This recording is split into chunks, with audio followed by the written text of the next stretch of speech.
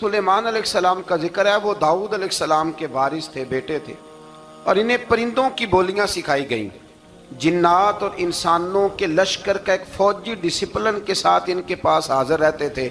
वो जो उनका लश्कर था ना, उसमें इंसान भी थे, जिन भी थे, और उसके अंदर परिंदे भी थे। प्यारे दोस्तों, आपका वेलकम है हमारे चैनल सिलसिला हिदायत में। आज के पीर अजमल रज़ा कादरी साहब के बयान का टॉपिक है हज़रत सुलेमान अलैहिस्सलाम की बादशाहत। बड़ा ही उम्दा और शानदार बयान है। अल्लाह तबारक व तआला ने हज़रत सुलेमान अलैहिस्सलाम को बड़ी ताकत और क़ुव्वत अता फरमाई, बड़ी बादशाहत अता फरमाई। आपको ऐसी बादशाहत अता फरमाई कि आपका हुक्म परिंदों पर, जिन्नों पर, हवाओं पर चलता था। आप हवा को इशारा करते, हवा आपके तावे हो जाती, आपका हुक्म मानने के लिए तैयार हो जाती। आपकी बारगाह में जिन गुलाम बन करके रहते हैं। बड़ा ही उम्दा और शानदार बयान है। आइए बयान को मिलकर के सुनते हैं। उनका लश्कर था, वो हमेशा उनके पास रहते थे। हजरत सुलेमान अलैहिस्सलाम गुजर रहे थे तो एक मकाम से आप गुजरे जहां चींटियां बड़ी कसरत के साथ थी।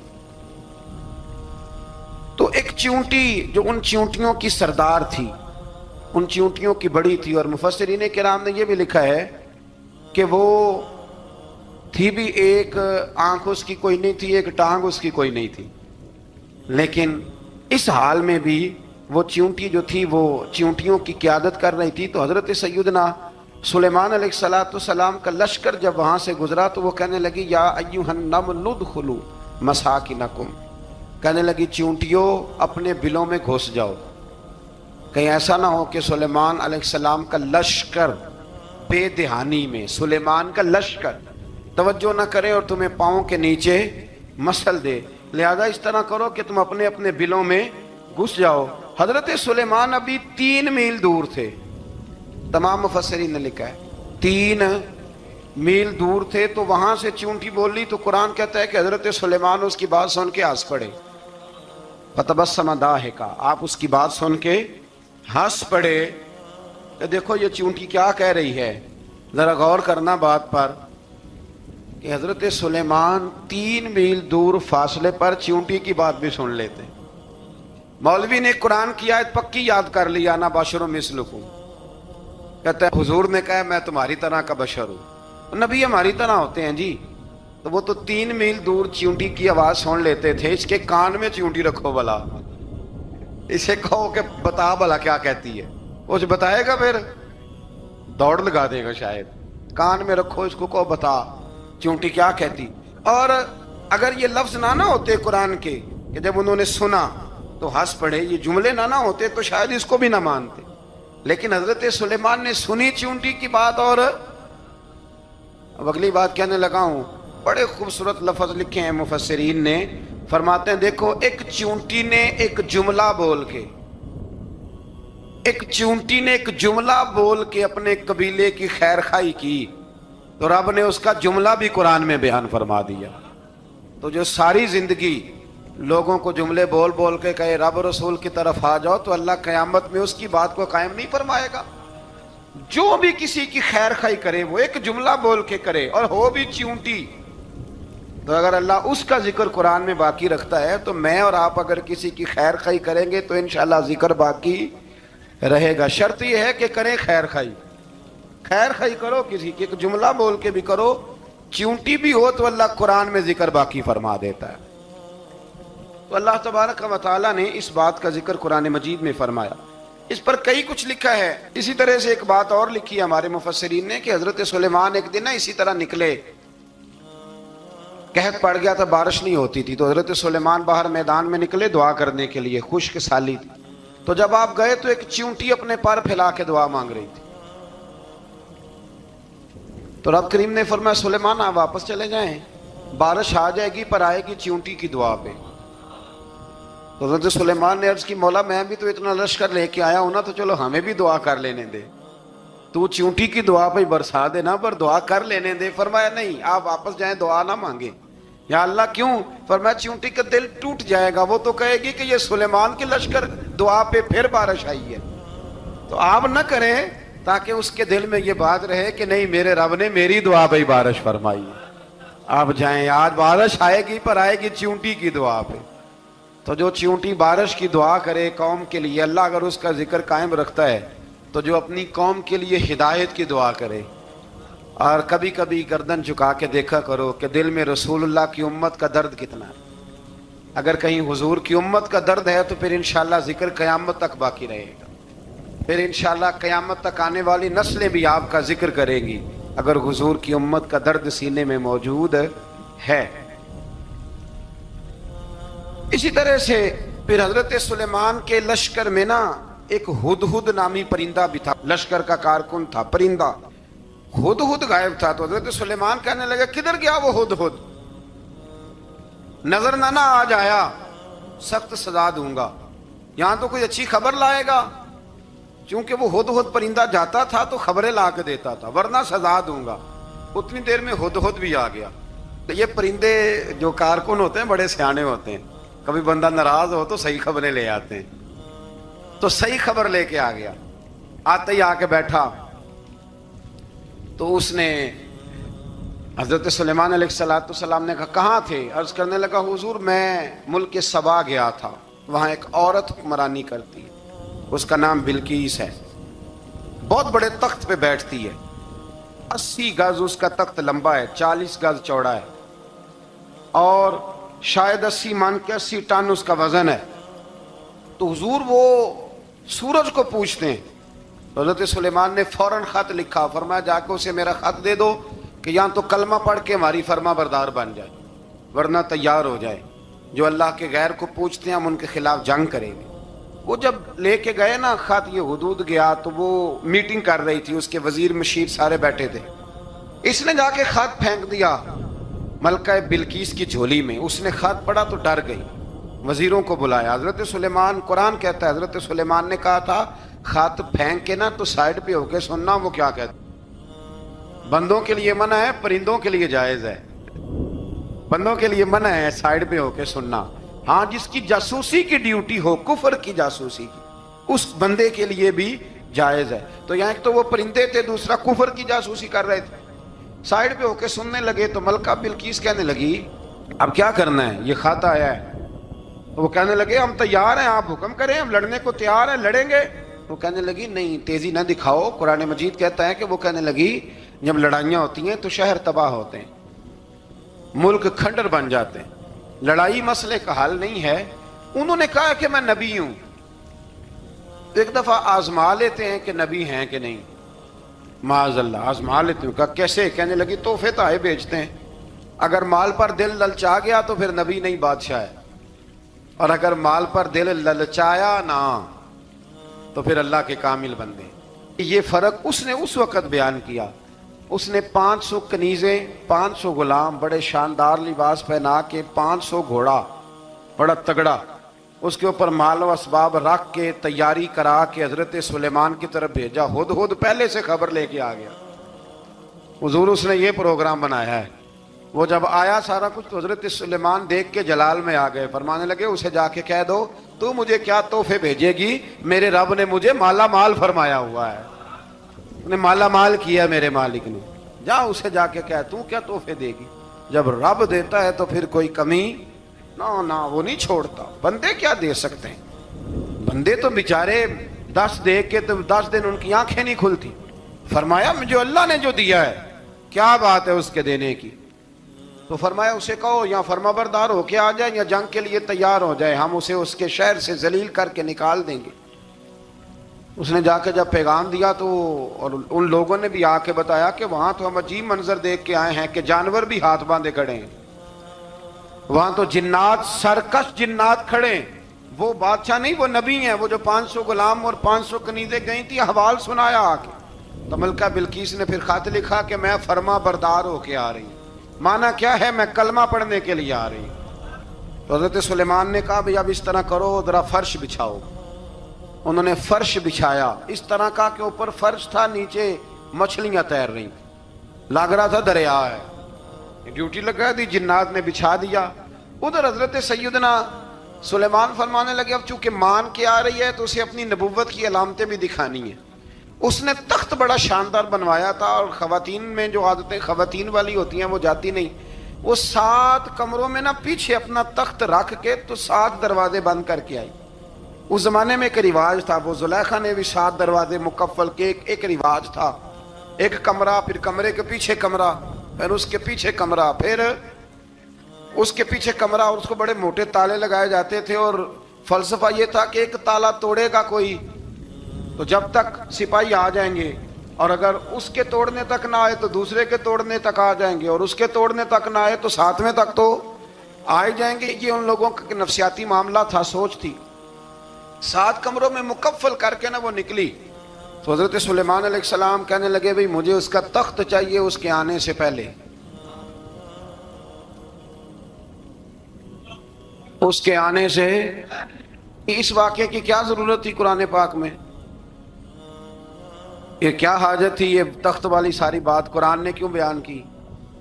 पूछें आप अपने दिल से भी और इनकार करने वाले मुनकरीन से भी, इसकी क्या जरूरत थी? वो जो कहते हैं जी वली की करामत की क्या जरूरत है, सीधी सीधी नमाज पढ़ो, रोजा रखो, हज करो, ज़कात दो, तो पूछो इनसे एक सूरत नमल के अंदर इस सारी तफसील की क्या जरूरत थी? खत्म हो गई जब वो कलमा जो पढ़ रही है, तो फिर इस सारे वाक़े को रब क्यों बयान फरमाता है? हजरत सैयदना सुलेमान फरमाने लगे तख्त चाहिए, और चाहिए उसके आने से पहले। काला इफरीतुम मिनल जिन, जिन्नों में से एक बहुत बड़ा जिन बोला, कहने लगा हुजूर आपका ये तख्त बर्खास्त होने से पहले ले आऊंगा। ये जो आप मीटिंग कर रहे हैं ना, या आप फैसले खत्म, कुछ ने लिखा सुबह से शाम तक मीटिंग होती है और उसको आने में पता नहीं कितने दिन लगेंगे, तो मैं ये बर्खास्त होने से पहले। और कुछ ने कह दिया आप शर्त क्यों लगाते हैं कि सुबह से शाम तक होती? उस जिन ने कहा दिया आप 10 मिनट में फारग हो जाएं, आप फारग होंगे तो तख्त आ जाएगा। मुफस्सिरीन ने लिखा है कि जब कुरान कहता है कि उसने कहा कि आपके फारिग होने से पहले, तो इसका मतलब है कि जब आप उठेंगे, ये जगह खाली कर देंगे तो तख्त यहां किवें हजारों मील का फासला है, आ जाएगा। पर हवाई जहाज पे कार्गो करा के जी DHL के जरिए कैसे आएगा? वह आएगा तो बस आएगा। तो हजरत सुलेमान की तो बादशाहत थी ना जमाने पे, फरमाने लगे नहीं नहीं तू लेट है, तू लेट है, तू हमें जानता ही नहीं। एट सेट ते पखड़ा कुआर गंदल, असी और भी बूटियां जानने आ, ये तू लेट है, अभी हमारी ताकत इससे ज्यादा है। बड़ी कमाल बात लिखी है लिखने वालों ने। एक मुफस्सिर ने लिखा है कि अभी हजरत सुलेमान ने गुलामों से मंगवाया है, अपनी बात कोई नहीं की। ये हाल है उनके गुलामों का, तो सरदार का आलम क्या होगा? हजरत सुलेमान कहने लगे भी जल्दी जाइए। काल अल्लज़ी इंदहु इल्मुम मिनल किताब अना आती का भी कबल अन यरतद्द इलैका तरफुक। तो उठा उनमें से वो जिसके पास किताब में से इल्म था, सारी किताब का भी नहीं, इल्मुम मिनल किताब, किताब। वो उठे जिनके पास किताब में से इल्म था, तो वो उठ के कहने लगे हुजूर मैं ले आऊंगा। कब? आपके आंख झपकने से नहीं, आंख झपकने से। बंदा था जिन था, जिन की तो बात मानी नहीं उन्होंने। क्या कहा? आंख झपकने से, मैं आंख झपकने से पहले ले आऊंगा। तो हज़रत सुलेमान कहने लगे तू ठीक है चल ला, फिर ला। फिर आंख झपकने से बड़े ही ना, नहीं फिर गुस्सा नहीं आता उन पे, फिर गुस्सा नहीं आता। मेरे शेख कामिल मुर्शद अकमल शेख बहरोबार हुजूर गौसे पाक जिलानी, हजरत गौसे आजम यूं करके शागिर्दों को, मुरीदों को सबक पढ़ा रहे थे, पढ़ाते पढ़ाते हाथ आगे किया, और जब हाथ वापस आया तो भीग गया था सारा। तो शागिर्द कहने लगे हुजूर ये क्या है? फरमाया तुम्हें नहीं समझ आएगी, छोड़ो तुम्हारे वाली बात नहीं। खासा दी गलामा आगे नहीं मुनासब करनी, रहने दो तुम। कुछ वक्त गुजरा तो कुछ लोग आ गए, अभी क्लास खत्म नहीं हुई थी, कपड़े भीगे हुए हो। वो शागिर्द पहले ही मुंतजिर थे। कहा तुम्हें क्या हुआ? कहने लगे दरिया में जा रहे थे, अचानक हिचकोले आने लगे। तो हमने कोई किसी बेअमल का बाजू तो नहीं ना थामा, हम गौसे आजम के मानने वाले हैं। तो दरिया में कहा या शेख अब्दुल कादिर जिलानी शैय्यन लिल्लाह, اللہ کے راستے میں مدد کرو, تو کہنے لگے بس ایک ہاتھ ہی آیا ہے, اور یوں کشتی کھینچ کے باہر نکالی ہے. تو اب وہ شاگرد سارے چپ کر گئے, کہنے لگے جواب کیوں نہیں دیتے؟ انہوں نے کہا تم نے ہاتھ دیکھا ہے پہنچتا ہوا, اور ہم نے ہاتھ دیکھا یہاں سے جاتا ہوا.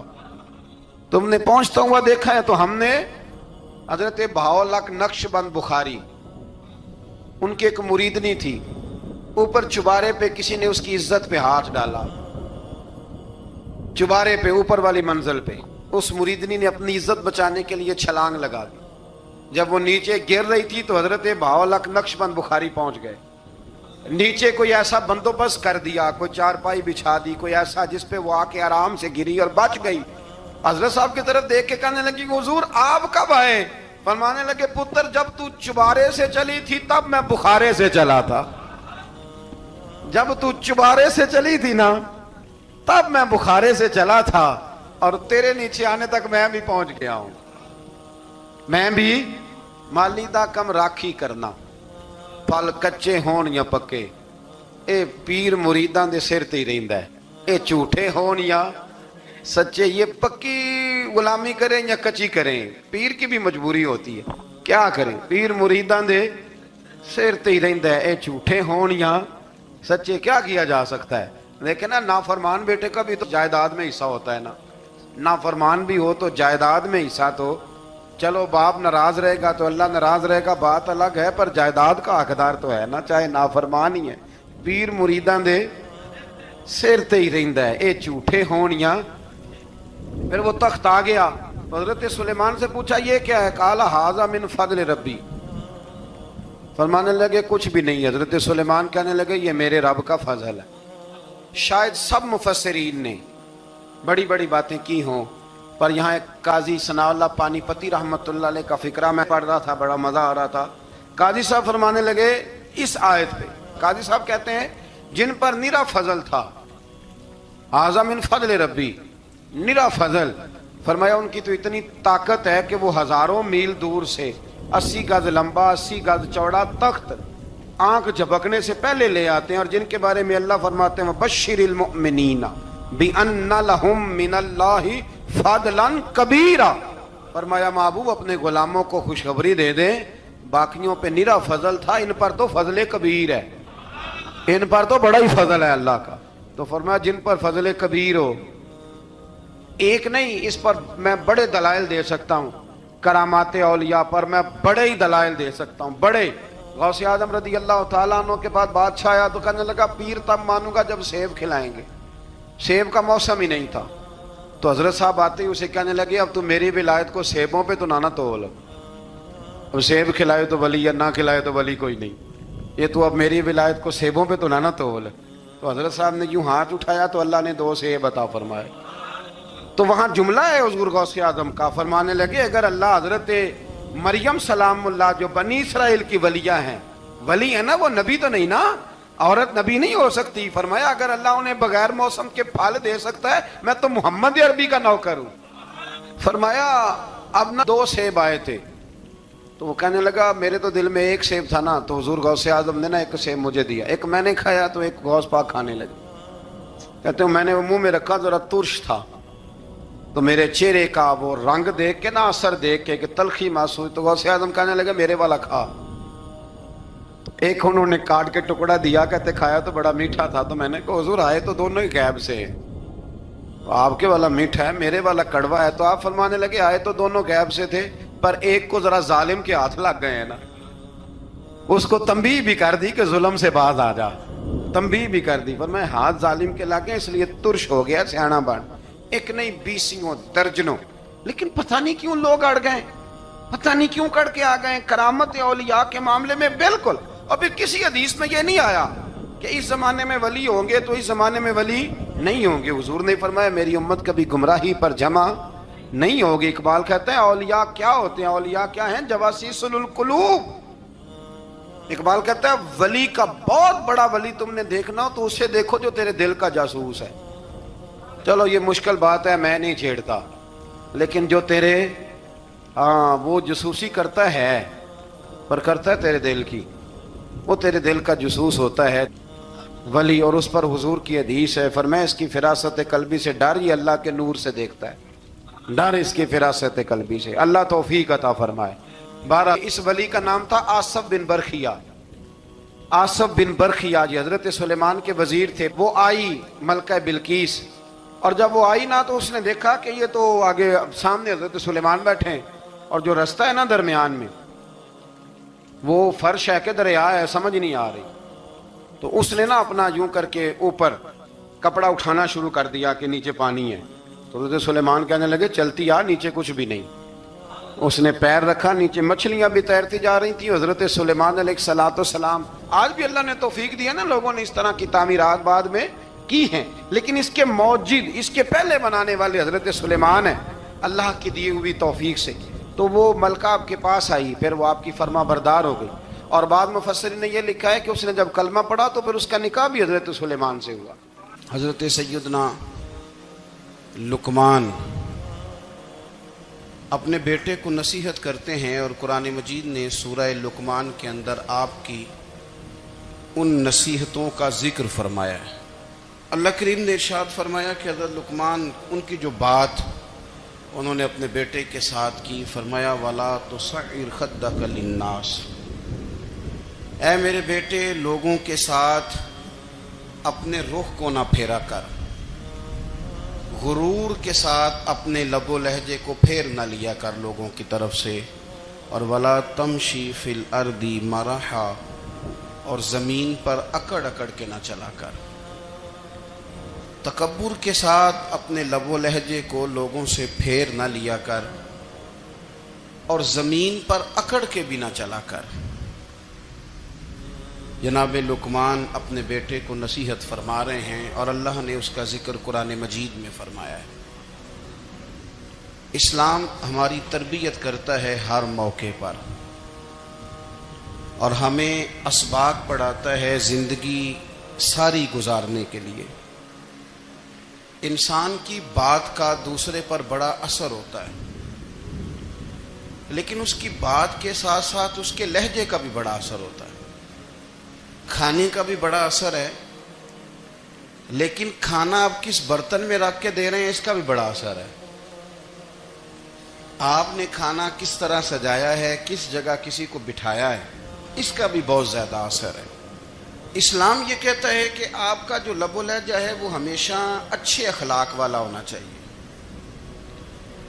लहजे जो होते हैं ना, लहजे, लबो लहजा, वो बड़ी तासीर रखता है, बड़ा असर रखता है। छोटा सा बच्चा होता है, दूध पीता है, अभी नौनिहाल बच्चा है छोटा सा, अभी उसे पता नहीं है कि कौन सी बात का क्या माना है। उसी बच्चे के आपने गाल पे मोहब्बत के साथ हाथ फेरा तो वो हंस देता है, लेकिन अगर आप गुस्से के साथ उसकी गाल पे हाथ लगाते हैं तो वो रो देता है। आप मेरी बात को समझेंगे, अभी उसको लफ्जों के मफाहीम का नहीं पता, मानी से अभी वो आगाह नहीं है, मानी नहीं जानता, पर आपने किस लहजे के साथ उससे प्यार किया ये उसे पता है। ये जो लहजा होता है ना, लहजा, अखलाक आपका, ये बड़ा असर करता है। आपने गुफ्तगू की, लेकिन उस गुफ्तगू में आपका अंदाज क्या था, लबो लहजा क्या था। प्यारे दोस्तों, कितना प्यारा ही और उम्दा बयान था। बड़ा ही अच्छा बयान सुनकर के बड़ा अच्छा लगा कि जब कोई बंदा अल्लाह की बारगाह में अपना सब कुछ पेश करता है, रब कायनात उसे बड़ी अजमती अता फरमाता है। तो हमें भी चाहिए कि हम अपनी पूरी ज़िंदगी अल्लाह और उसके रसूल की बारगाह में पेश कर दें, क्योंकि ये ज़िंदगी रब कायनात ने हमें सिर्फ़ और सिर्फ इबादत के लिए पैदा किया है। बयान अच्छा लगा था, बयान बड़ा ही बेहतरीन था। वीडियो को लाइक कीजिए, चैनल को सब्सक्राइब कीजिए। मिलते हैं एक दूसरी वीडियो के साथ। अस्सलामु अलैकुम व रहमतुल्लाह।